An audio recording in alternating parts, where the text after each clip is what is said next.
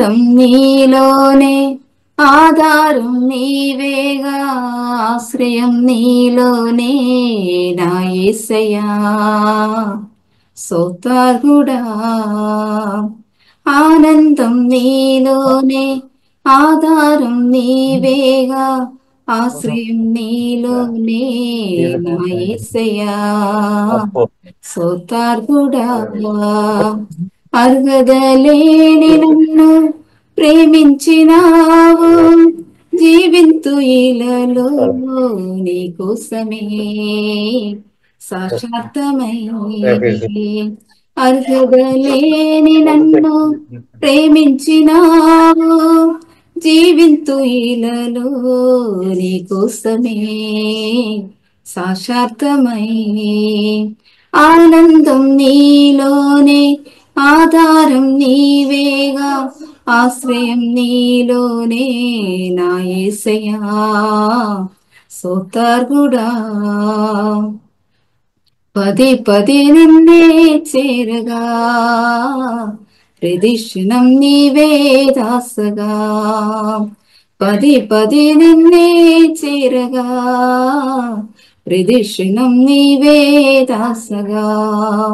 కలవరాల కోటలో కన్నీటి పాటలో, కలవరాల కోటలో కన్నీటి పాటలో, కాపాడి కవచముగా నన్ను ఆవరించిన దివ్య క్షేత్రమా, స్తోత్ర గీతమా. దివ్య క్షేత్రమా, స్తోత్ర గీతమా. ఆనందం నీలోనే, ఆధారం నీవేగా, ఆశ్రయం నీలోనే నా యేసయ్యా. స్తోత్రార్హుడా, నిరంతరం నీవే వెలుగనే, నిత్యమైన స్వాస్థ్యం నీదనే. నిరంతరం నీవే వెలుగనే, నిత్యమైన స్వాస్థ్యం నీదనే. నీ సన్నిధి నీడగా సన్నదించి పాడగా, నీ సన్నిధి నీడగా సన్నదించి పాడగా, నీ కొరికే దజమత్తి నిన్ను ప్రకటించనా. సత్యవాక్యమే జీవవాక్యమే, సత్యవాక్యమే జీవవాక్యమే. ఆనందం నీలోనే, ఆధారం నీవేగా, ఆశ్రయం నీలోనే నా యేసయ్యా. స్తోత్రార్హుడా, ఆనందం నీలోనే, ఆధారం నీవేగా, ఆశ్రయం నీలోనే నా యేసయ్యా. స్తోత్రార్హుడా, సర్వసత్యమేనా మార్గమే, సంఘక్షేమమేనా ప్రాణమై. సర్వసత్యమేనా మార్గమై, సంఘక్షేమమేనా ప్రాణమై. లోక మహిమ చూడగా నీ జాడలు నీడగా, లోక మహిమ చూడగా నీ జాడ నీడగా, నీతోనే నిలువాలా నిత్య సీయోనులో. ఈ దర్శనం నా ఆశ్రయం, ఈ దర్శనం నా ఆశ్రయం. ఆనందం నీలోనే, ఆధారం నీవేగా, ఆశ్రయం నీలోనే నా యేసయ్యా. స్తోత్రార్హుడా, అర్హత లేని నన్ను ప్రేమించినావు, జీవింతు ఇలలో నీ కోసమే సాక్షార్థమై. ఆనందం నీలోనే, ఆధారం నీవేగా, ఆశ్రయం నీలోనే నా యేసయ్యా. స్తోత్రార్హుడా, దేవ స్తోత్రమయ్య పరిశుద్ధుడా. మా ఆనందం మీరయ్య, మా ఆధారం మీరయ్య పరిశుద్ధుడా. మీరు ఆశ్రయితమయ్య యేసయ్య. ఈ సమయంలో అన్ని విషయంలో మీ సన్నిధి కుమరించండి. యేసయ్య, వాక్యం ద్వారా మాతో మాట్లాడండి, వాక్యం ద్వారా బలపరచండి ప్రార్థన చేస్తామయ్యా. ఏసయ్య మీరే మమ్మల్ని ఎన్నుకున్నారు, మీ చిత్తానుసరం మమ్మల్ని వాడుకొని ప్రార్థనిస్తామయ్యా. ఏసయ్య ఈ సమయంలో వాక్యమైన వారి జీవితాన్ని కూడా గొప్ప కార్యం చేయండి, రాత్మ దగ్గర నిలబడి చేయండి ప్రార్థిస్తామయ్యా. ఏసయ్య మీ నామముగే మర్తర కార్యాలు ఏసయ్య వారి పట్ల జరిగినట్టు సహాయం చేయండి ప్రార్థిస్తామయ్యా. పరిశుద్ధుడా మమ్మల్ని మీ సన్ని సమర్పించుతాము. ఏసయ్య మీ బుర్రలాగా మమ్మల్ని వాడుకోండి, మీ సాధనలాగా మమ్మల్ని వాడుకొని ప్రార్థిస్తామయ్యా. మమ్మల్ని మీ సన్ని సమర్పిస్తాము. ప్రార్థన మీద జవాబు చిన్న కాబట్టి వందనాలు అన్ని మగిన మీకు ఇస్తాను. ఏసునామమున అడుగుతాం తండ్రి, ఆమేన్ ఆమేన్. సో ప్రేసుడు అందరికీ ప్రేసుడు ఉండి మనం ఈరోజు దేవుని ఆశ్రయించిన వారందరూ ధన్యులు. హల్లెలూయా. ఈ స్తోత్రం. దేవుని ఆశ్రయించిన వారు ధన్యుల్ని మనం చూడొచ్చు. మన దేవుని వాక్యంలో మనం చదివితే అర్థం చేసుకోవచ్చు. దేవుని ఆశ్రయించిన వారు అందరూ ధన్యులుగా బ్రతుకుతారు. అలా ఇరిమియా గ్రంథము 17 అధ్యాయమును 7-8 వాక్యం చదివి నేను ముందుకు వెళుతాను. యెహోవాను నమ్ముకోని వాడు ధన్యుడు, యెహోవా వానికి ఆశ్రయముగా ఉండును. వాడు జలముల యొద్ద నాటబడిన చెట్టు వలె ఉండును. అది కాల్వ ఓరును, దాని వెళ్ళు తనను బిట్ట కలిగినను దానికి భయపడదు. దాని ఆగు పచ్చగా ఉండును, వర్షము లేని సంవత్సరమును చింద నొందదు, కాపు మానదు. ఇక్కడ చెప్పబడింది ఏంటంటే మనం దేవుడు ఆశ్రయముగా ఉండి జనులు ధన్యులు. యెహోవా దేవుడుగా ఉండి జనులు ధన్యులు. వారు భయము లేని వారుగా బ్రతుకుతారు, చింద లేని వారుగా బ్రతుకుతారు. జలముల యొద్ద నాటబడిన చెట్టు వలె ఆగు వాడక నిలిచి ఉన్నవారుగా ఉండరు. వర్షము పడలేని కూడా ఆ చెట్టు మురుగుడుతుంది. అలాగే దేని కోసమును చింతపడలేదు. ఫలము ఇచ్చిన చెట్టు వలె వారు ఉన్నారు. వారి జీవితంలో దేవుని ఆశ్రయించింది కాబట్టి వారు ఫలం ఇచ్చిన చెట్టు వల్ల ఉండతారు. ఏ సమస్యలు వచ్చినా కూడా వారు పడిపోకుండా ఆగు వాడక నిలిచిన ఒక చెట్టుగా లాగా వారు నిలబడతారు. ఇక్కడ మనము దేవుని నమ్ముకున్న వారు, ఆయన ఆశ్రయించిన వారు దేని గురించి భయపడరు. ఏ సమస్య వచ్చినా కూడా భయపడకుండా వారు నిలబడతారు. వారు భయం వచ్చినా కూడా ధైర్యం కలిగిన వారుగా నిలబడతారు. వారి జీవితంలో చింతపడలేదు. వారి జీవితంలో ఏ చింతావత ఏది కుంక తీసింది వచ్చినా కూడా దాన్ని జయించగలిగిన వారుగా ఉన్నారు. అలాగా మనం దేవుని ఆశ్రయించుకుని ముందుకు వెళ్ళిన వారుగా ఉండాలి. మనము మనుషులు కాబట్టి చాలా కార్యాల గురించి చింతపడిన వారుగా ఉన్నాము. మన జీవితంలో భయపడిన వారుగా కూడా ఉన్నాము. మన హృదయము దేవునిలో విశ్వాసం ఉంచాల, ఆయనలో నమ్మకం పెట్టిన వారుగా మార్చబడాల మన జీవితము. అయితే దేవుని గురించి ఆయన చేసిన కార్యాల గురించి మనం ఎప్పుడు వినడం ద్వారాను, అది తలచడం ద్వారాను మన విశ్వాసం అత్యధికంగా ఎదుగుతూ, ఎంత మన దేవుని కార్యాలు మనం చూడడం, దేవుని గురించి మనం వినడం ద్వారా మన విశ్వాసం ఎదుగుతూ, దేవునిలో విశ్వాసం ఎదుగుతుంది. కాబట్టి దేవుని మనం ఎక్కువ ఆశ్రయించిన వారుగా ఉండాలి. మన విశ్వాసంలో ఎదిగిన వారుగా ఉండితే దేవుడు మన పట్ల కార్యాలు చేయడానికి మొదలు పెడతాడు. ఆయన కృప నిరంతరముగా మనలో ఉన్నది. ఆయన వాక్యము ధ్యానించడం ద్వారా, చేయడం ద్వారా మనం ఏ కార్యాలు చేసినా దానికి ఫలము దొరుకుతుంది. ఫలము ఇచ్చిన చెట్టు వల్ల మనల్ని నిలబెట్టడానికి దేవునికి సాధ్యము. దేవుని ఆశ్రయించి మనము బ్రతిని వారుగా ఉండాలా.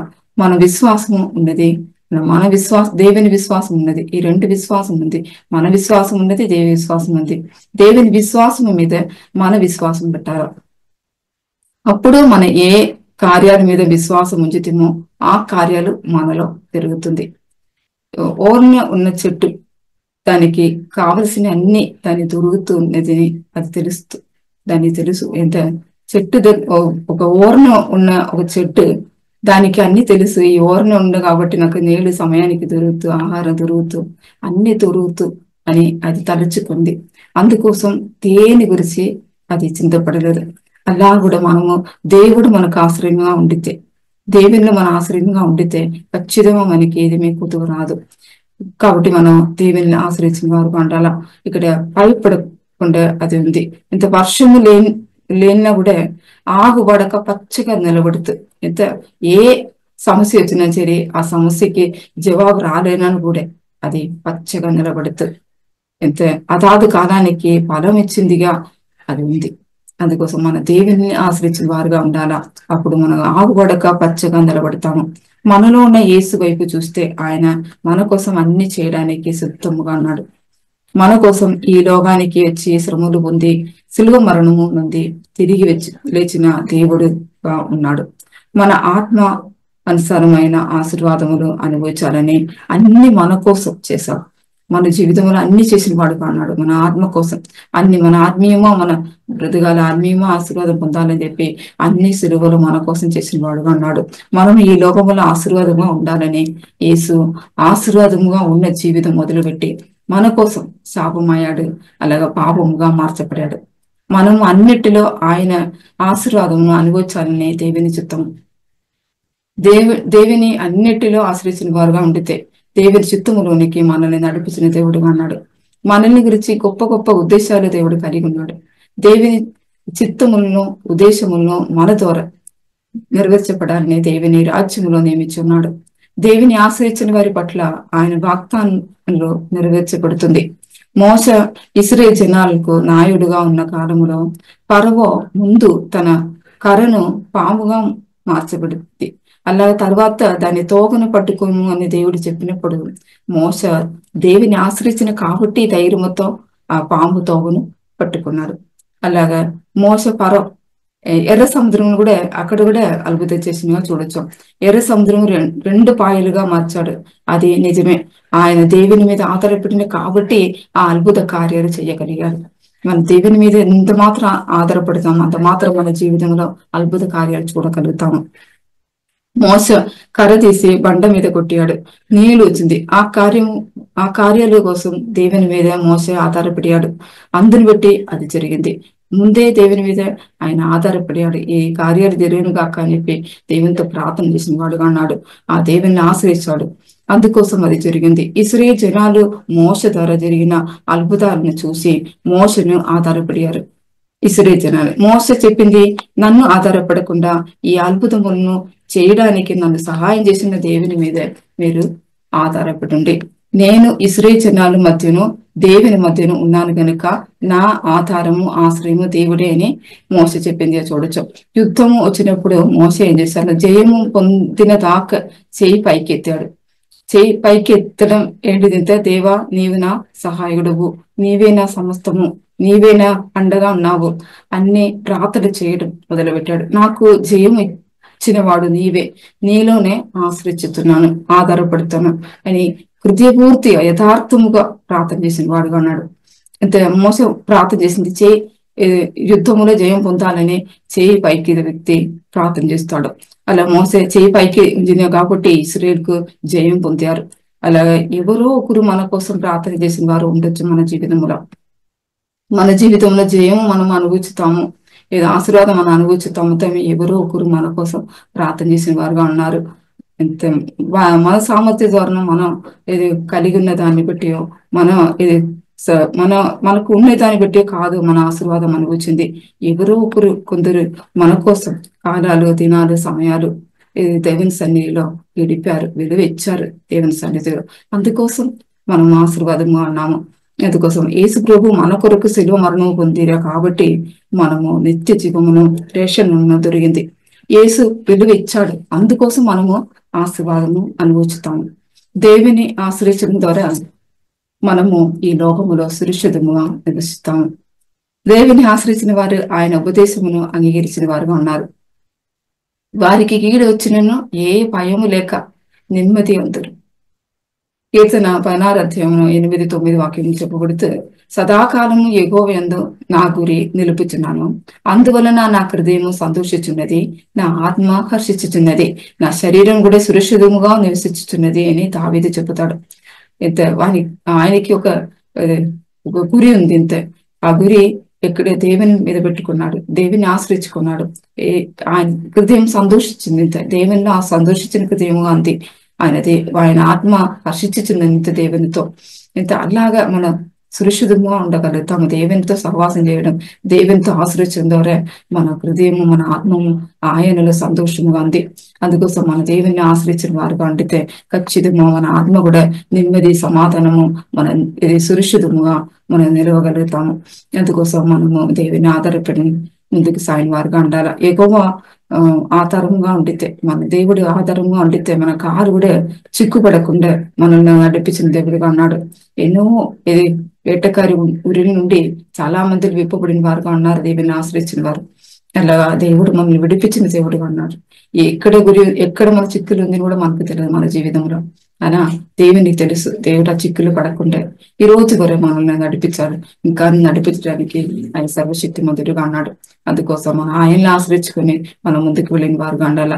అలాగే ఇతను 121 అధ్యాయము 2 నుండి 8 వరకు అక్కడ చదివితే, అక్కడ యెహోవాను ఆశ్రయించిన వారికి ఆయన సహాయం చేసిన వాడుగా ఉన్నాడని అక్కడ మాట సెలవిస్తుంది. వారి పాదములో త్రుట్టిల్లనీయుడు, ఎప్పుడును ఏ పరిస్థితులను కాపాడగలిగిన వాడుగా ఉన్నాడు. ఏ అపాయమును రాకుండా ప్రాణమును కాపాడును. మీ రాకపోకలందు కూడా మీకు సహాయుడుగా ఉండి కాపాడుతాడు. మనం యెహోవా యందు ఆశ్రయించిన వారుగా ఉండాలా. భూమి ఆకాశమును సృష్టించిన దేవుడు యెహోవా నామము వలనే మనము సహాయం కలుగుతుంది. మనం దేవుని ఆశ్రయించిన కాబట్టి దేవుని నుండి మనకు సహాయం కలుగుతుంది. మనకు సహాయం చెయ్యగలిగిన దేవుని కుమారుడు మనలో ఉన్నాడు. మనలో ఉన్నా కాబట్టి ఆయన వైపు మనం చూసిన వారుగా ఉండాలా. ఆయన ఆశ్రయించిన వారుగా ఉండాలా. మనము యెహోవా ఉత్తముడిని కీర్తన 34 అధ్యాయము 8 నుండి 10 వరకు అక్కడ చదివితే, అక్కడ యెహోవా ఉత్తముడిని రుచి చూచి తెలుసుకొనుడి, ఆయనను ఆశ్రయించున్నారుడు ధన్యుడు అక్కడ చెప్పబడుతూ, యెహోవా భక్తులారా ఆయనందు భయభక్తి కలిగి ఉండుడి. ఆయన యందు భయభక్తులు ఉంచి వారికి ఏమీ కొదువలేదు. చూడండి, ఆయన ఆశ్రయించిన వారికి ఏం కొదువ లేదు. అందుకోసం సింధు పిల్లలు లేమి గెలవై ఆగిలి కొనిను, యెహోవాను ఆశ్రయించే వారికి ఏ మేలు కొదువే ఉండదు. యథార్థముగా ప్రవర్తించే వారికి ఏ మేలు చెయ్యకుండా దేవుడు ఉండలేదు. ఎంత దేవుని యందు నమ్మకం ఉంచిన వారికి ఏమీ కొదువు ఉండదు. మన అవసరములను అన్ని ఎరిగిన దేవుడు అదాదు సమయానికి మనం అన్ని దయచేసిన దేవుడుగా ఉన్నాడు. దేవుని కోసము మనము స్థిరంగా నిలుచుండి ఆయన రాజ్యమును నీతిని వెదిగిన వారికి అన్ని దయచేసిన దేవుడుగా ఉన్నాడు. దేవుని ఆశ్రయించిన వారికి ఏ మేలును కుదువే ఉండదు.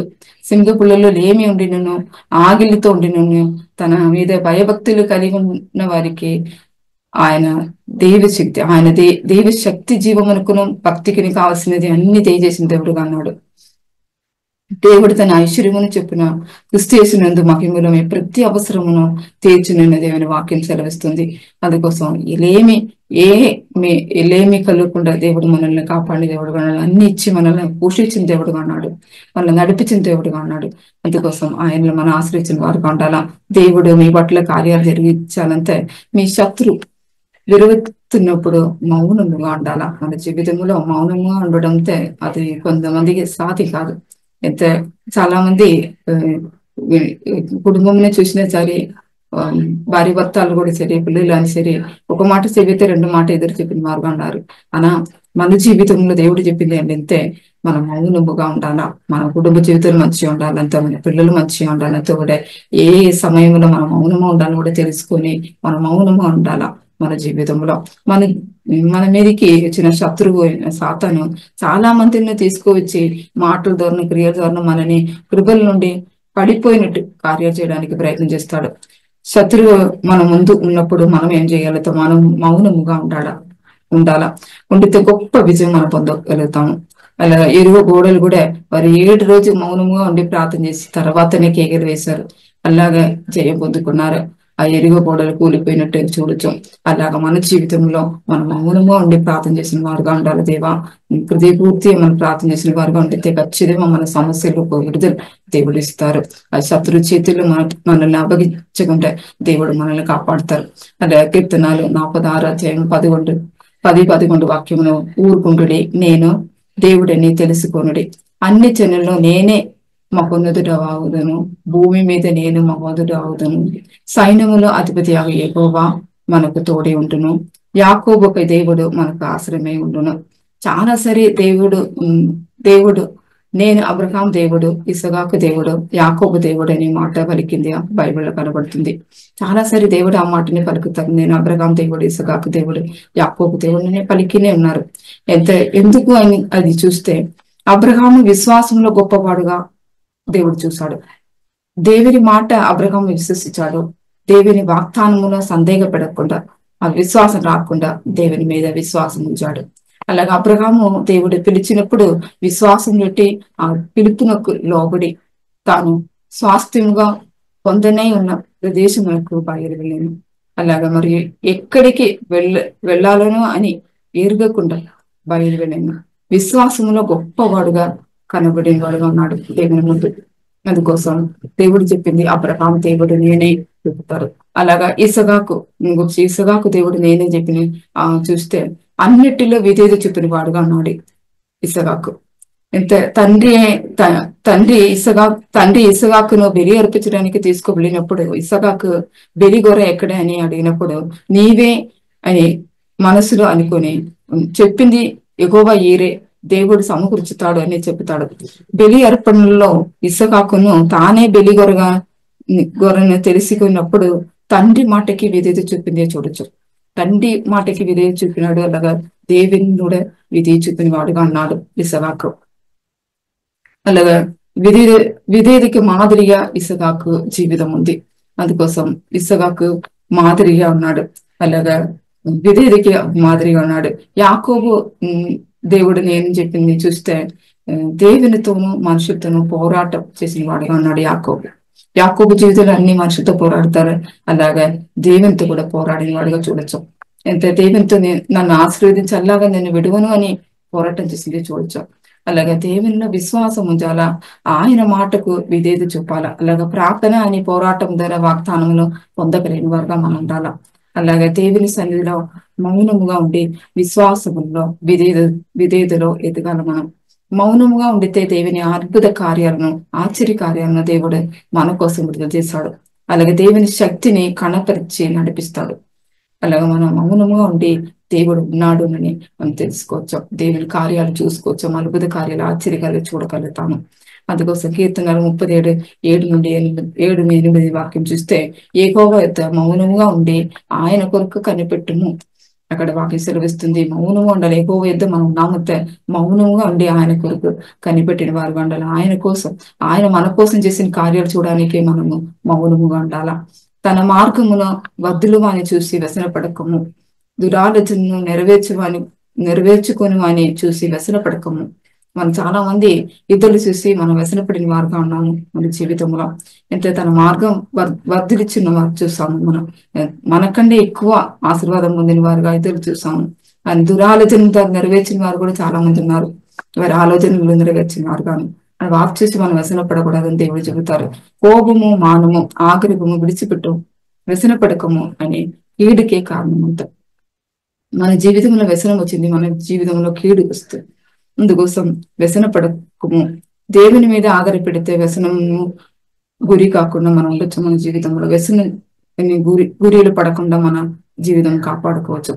అయితే దేవునిలో నమ్మకము తగ్గిపోయినప్పుడు వ్యసనం వస్తుంది. అయితే దేవుడు నా కోసం చేశాడా, ఇంకా చేయలేదే అనే ఆతకంతో మన విశ్వాసం ద్వారా మనకు వ్యసనం వస్తుంది. అందుకోసం మన వ్యసన పడకుండా ఉండాలా. ఇంత వ్యసనం వస్తే ఖచ్చితంగా సనుగుడం వస్తూ అలాగా కుదువ చెప్పడం, తన్ను తాను ద్వేషించడం, కోపం కూడా ఎక్కువ అవుతుంది. స్వయం కోపం అన్ని కనపడుతుంది ఆ వ్యక్తిలో. నన్ను పిలిచిన దేవుడు నమ్మదగిన దేవుడు అనే విశ్వాసము హృదయంలో మనం ఉంచాలా.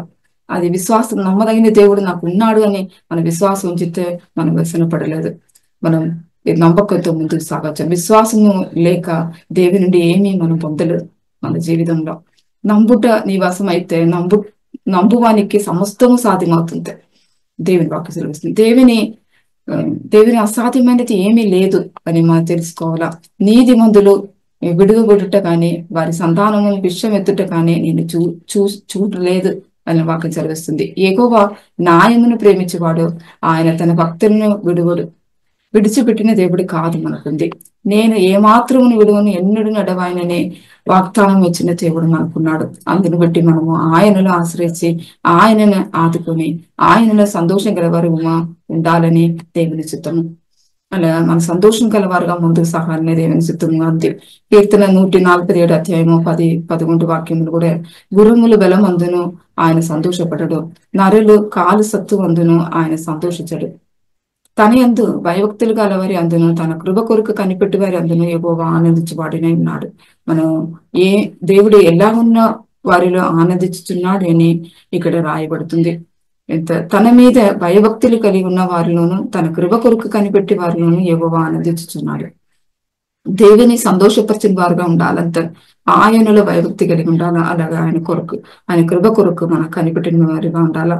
అందుకోసం మన ప్రతికాలం అంతా ఆయన కృప కొరకు కనిపెట్టిన వారుగా ముందుకు సాగాలని దేవుని చిత్తము. అది కీర్తనాలు 67:5-7 వరకు చదివితే మనము దేవుని సుదిచిన వారుగా ఉండాలని అక్కడ కొన్ని విషయాలు చెప్పబడుతూ, సుదిచడం ద్వారా మనకు మేలు కలుగుతుంది మన జీవితంలో. ఆ వాక్యం చదివి ముందుకు వెళ్తాం. దేవా, ప్రజలు నిన్ను సుధించెదరుగాక, ప్రజలందరూ నిన్ను సుధించెదరుగాక. అప్పుడు భూమి దాని ఫలమునిచ్చును. మా దేవుడు మమ్మను ఆశీర్వదించును. దేవుడు మమ్మను దీవించును. ఊదిగంధ నివాసులందరూ ఆయన యందు భయభక్తులు నిలుపుతారు. ఇక్కడ చెప్పబడింది ఏంటంటే, మనం సుధించడం ద్వారా మనకి ఏం జరుగుతుంది. ఇక్కడ చెప్పబడుతుంది, మనం సుధించడం ద్వారా భూమి దాని ఫలం ఇచ్చును, మనకు ఫలం దొరుకుతుంది. అలాగా మనల్ని దేవుడు ఆశీర్వదిస్తాడు. మన జీవితం సుధించడం ద్వారా మన ఫలము ఇచ్చిన చెట్టు వల్ల మనం మార్చబడతాము. మన జీవితం దేవుని ఆశీర్వాదం అనుభవించిన వారుగా మనం మార్చబడతాము. అలాగా దేవునిలో భయభక్తితో జీవించగలుగుతాము. మన భయభక్తిలో మనం ఎదిన వారుగా ఉన్నాము.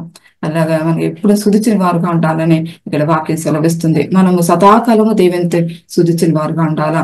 దేవుని గణపరచడం గొప్పది. అలా దేవుని చేసిన కార్యాలకు కృతజ్ఞత చూపడమే సుధించడం. మనము దేవుని సుధి చెల్లించిన వారుగా ఉండాలి. పరలోకములో దేవుని దూతలు ఎప్పుడునూ దేవుని సుధించనే ఉన్నారు. అలాగా మనము కూడా ఉండాలనే దేవుని చిత్తము, ఉద్దేశము. అయితే మనల్ని కూడా దేవుడు అలాగ చూడాలని ఆశపడతారు. మన హృదయము దేవుని ఆత్మతో ఐక్యముగా ఉండాలనే దేవుని ఆశ. అందుకోసం మన మనసు దేవుని ఆత్మతో ఐక్యముగా ఉండాలంటే మనసును, భావోద్యమును, ఆలోచనను, చిత్తము, ప్రాణమును ఉంది. అందుకోసం అది దేవుని ఆత్మతో ఐక్యపరచబడాలంటే మనము సుధించిన వారుగా ఉండాల. సుధించడం ద్వారా ప్రాణంలో ఉన్న దేవునికి వ్యతిరేకముల ఆలోచనలు, అలా క్రియలన్నీ దేవుడు తీసివేశాడు. మనసు రూపాంతరం చెందుతుంది. అందుకోసం మన మనసు దేవుని ఆధిక్యములో వచ్చినప్పుడు మనము సంపూర్ణముగా దేవుని చిత్తం చేసిన వారుగా మార్చబడతాము మన జీవితంలో. అయితే దేవుని ఆధిక్యంలో మన ఆత్మ తెగని సమర్పణం అవుతుంది. అందుకోసం మనం సుధించిన వారుగా ఉండితే ఖచ్చితంగా ఆత్మ తెగని దేవుడు ఎలుబడి చేస్తాడు. అందుకోసం మన దేవుని చిత్తం సంపూర్ణంగా మనకు హృదయపూర్తి మనం చేసిన వారుగా మార్చబడతాము. అలాగే 51:11 వాక్యము చూస్తే, యెహోవా విమోచించిన వారు సంగీత నాదముతో సియోనుకు తిరిగి వచ్చెదరు. నిత్య సంతోషము వారి తల మీద ఉండును. వారు సంతోష ఆనందము గలవారాగుతారు. దుఃఖమును, నిట్టూర్పును తొలగిపోవును.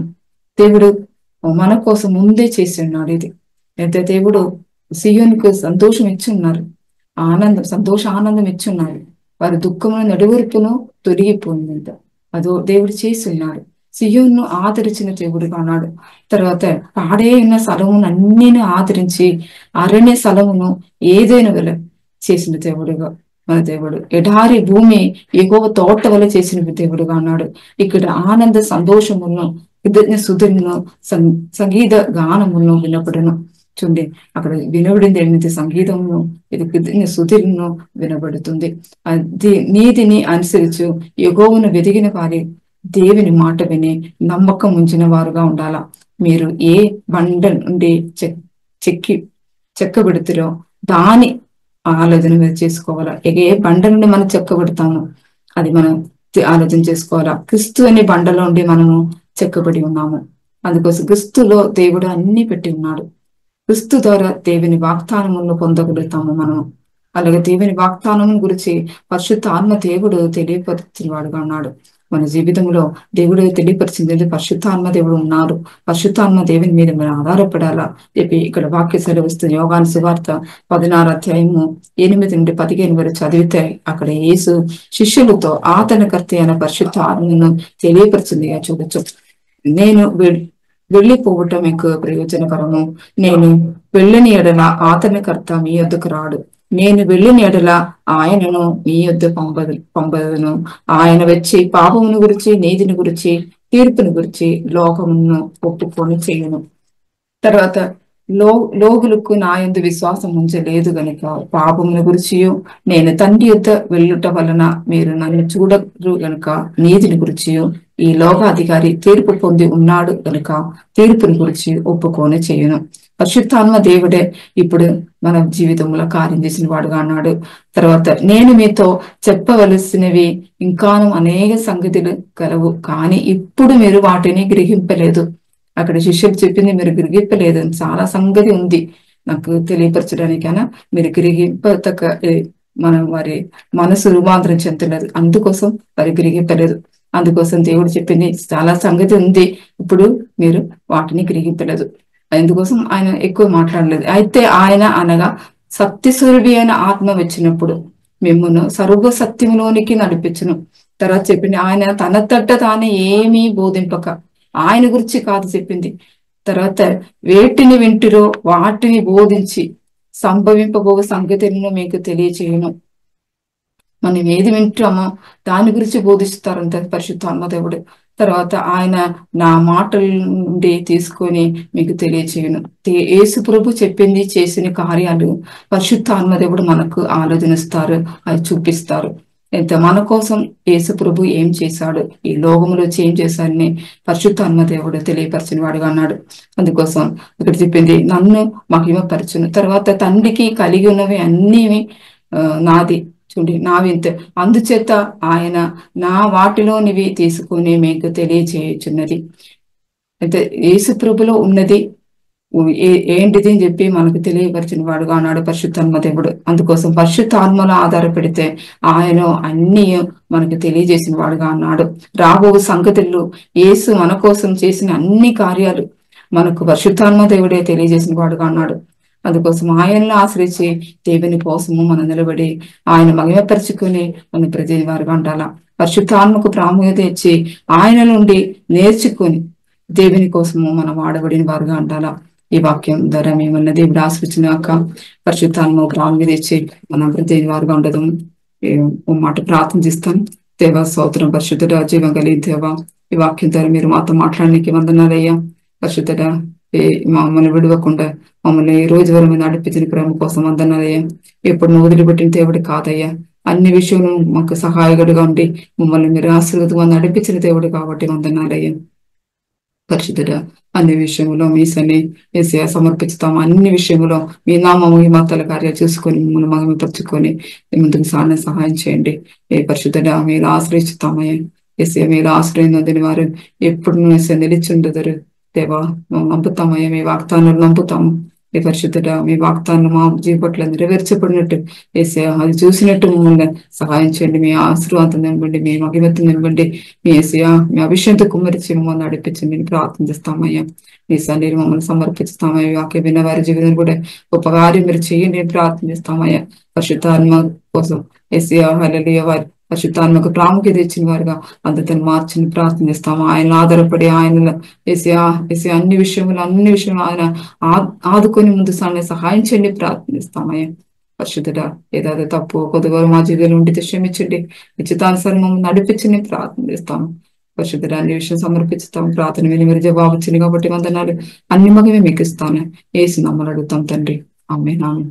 స్తోత్రం. Praise the lord. యేసుక్రీస్తు నందు ప్రియమైన వారలారా, మినిస్ట్రీస్ ద్వారా అనేకులు దీవించబడుతున్నారు. ఈ ఛానల్ ద్వారా దేవుని సత్యవాక్యం పరిశుద్ధాత్మ ప్రేరేపణతో అభిషేకించబడిన దైవజనులైన టిఆర్ రతీష్ గారు మరియు సిస్టర్ దేవి రతీష్ గారులచే అందించబడును. మరియు ప్రతిరోజు జరిగే జూమ్ ప్రేయర్ మీటింగ్లో పాల్గొనడానికి మా జూమ్ ఐడి 4786189683, పాస్కోడ్ 7. సమయం ఉదయం 4 గంటల నుండి 7 గంటల వరకు, సాయంత్రం 7 గంటల నుండి 8 గంటల వరకు జరుగును.